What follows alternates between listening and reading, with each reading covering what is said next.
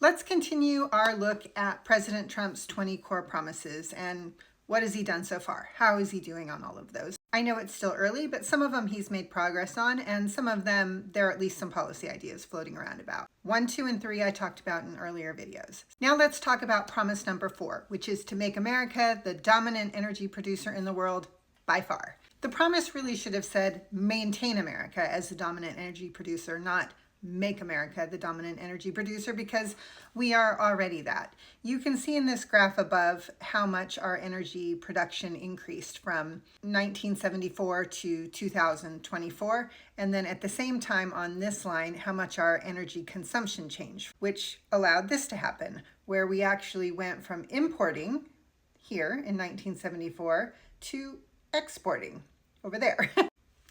That's right. Ramping up energy production at the same time as we decreased our energy usage has allowed us to become a net energy exporter.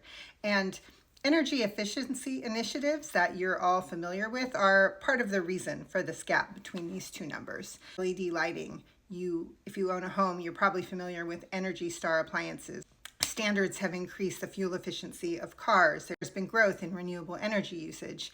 And this slower rate of increase in energy consumption relative to energy production is what produced the situation we have today. As far as crude oil production, you can see that crude oil production has been increasing for over 2 decades. This blip right here is COVID, but oil production has been increasing steadily, and today the United States is the world's largest producer of crude oil and natural gas. So if we have become a net exporter of energy, why is it we're still importing oil from other countries, and why do we say we're not energy independent? There are a couple of reasons for that.